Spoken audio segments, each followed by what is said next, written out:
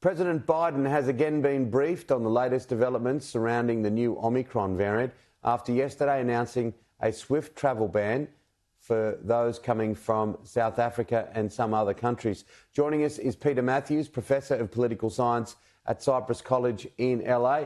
And Professor, this doesn't come as any great surprise. It was pretty much warned, wasn't it, that something would come from particularly a third world country, somewhere out of Africa, somewhere out of Asia, because of the vaccination rates. Exactly, Tim. The United States had to take President Biden, in particular, severe action right away to block any travelers from those regions of South Africa, Southern Africa, because that could be very dangerous if that virus came here, and already some countries have had it. Belgium has a case or two, and I think UK has it, and certainly Israel has a case or two of the Omicron, which is a tremendously infectious virus, apparently. They're still doing research on it to see how it compares to Delta, for example, but it's very dangerous. It's spreading very fast in those regions, and the U.S. had to take action, unlike what we did when the virus first came from China. There was more of a lax attitude, unfortunately, and some slippage there on allowing it to come in here and spread. Absolutely correct.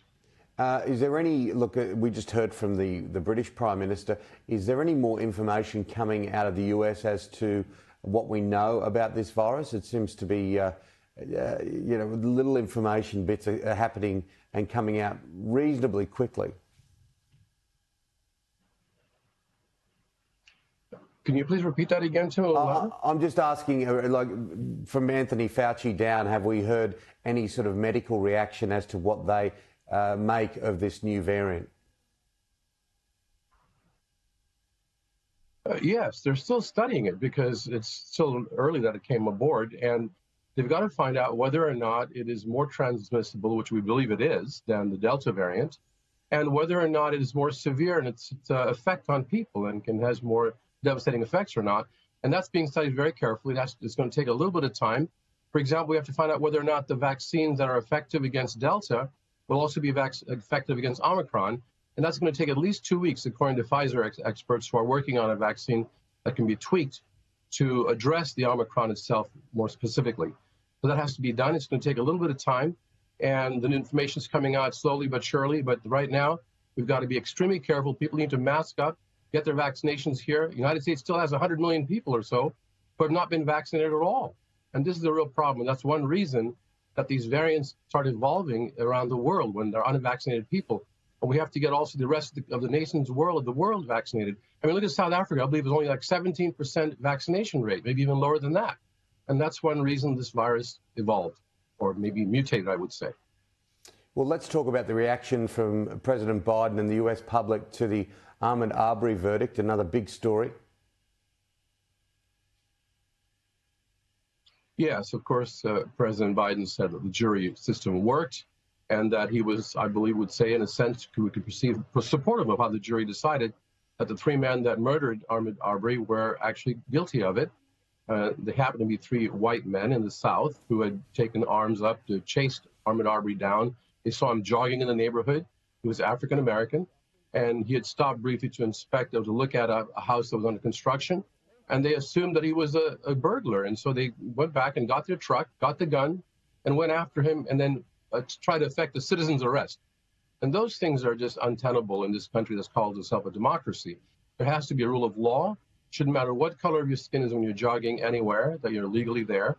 And so this was a real problem. And the verdict, in my view as well, came down the right way, where 11 white jurors out of 12 and one African-American juror convicted these people on almost all the charges, all three of them.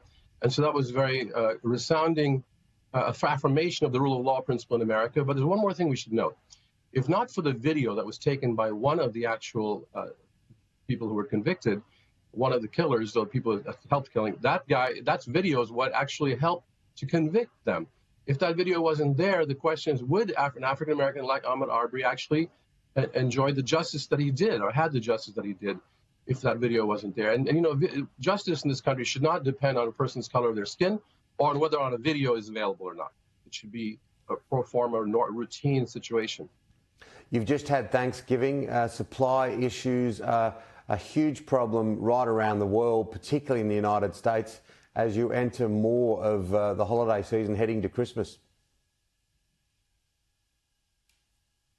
Yes, definitely. Although in our personal family, my mother-in-law and my wife said they didn't have any trouble getting the food that they needed for the wonderful Thanksgiving dinner that we enjoyed. They were able to get it. And my daughter's birthday was just right after Thanksgiving, and she's getting her birthday presents because they're ordering them online. And we haven't suffered the shortage personally yet, but there are people in their regions of the country that are really suffering. In fact, food banks, which, by the way, have been overwhelmed at this time with the COVID crisis and the situation that we went through, food banks that help people who are food insecure. There's a 30% increase in the Minnesota and Wisconsin area of people going and seeking food bank help this year compared to last year. In the United States as a whole, there are 38 million, more than 38 million people who are food insecure in 2020 in one given year, and over 6 million children not enough food. And that this shortage is there, but also then you have this exacerbation because of the COVID and the supply chain. So it's a compounded crisis right now that has to be worked on, and people really are suffering. Many, many millions are. Yeah, on the subject of crisis, the whole Mexico border with the US has been a crisis for some time, and Joe Biden looking to restart Trump's Remain in Mexico policy. Yes, in fact, the Trump policy was to remain in Mexico, keep the asylum seekers in Mexico while they're waiting on their asylum in very dire conditions. And so Biden reversed that in the beginning of this year. And yet a federal judge struck that down and told Biden he cannot reverse it, that he has to go through real procedures. And the U.S. Supreme Court upheld that federal court ruling.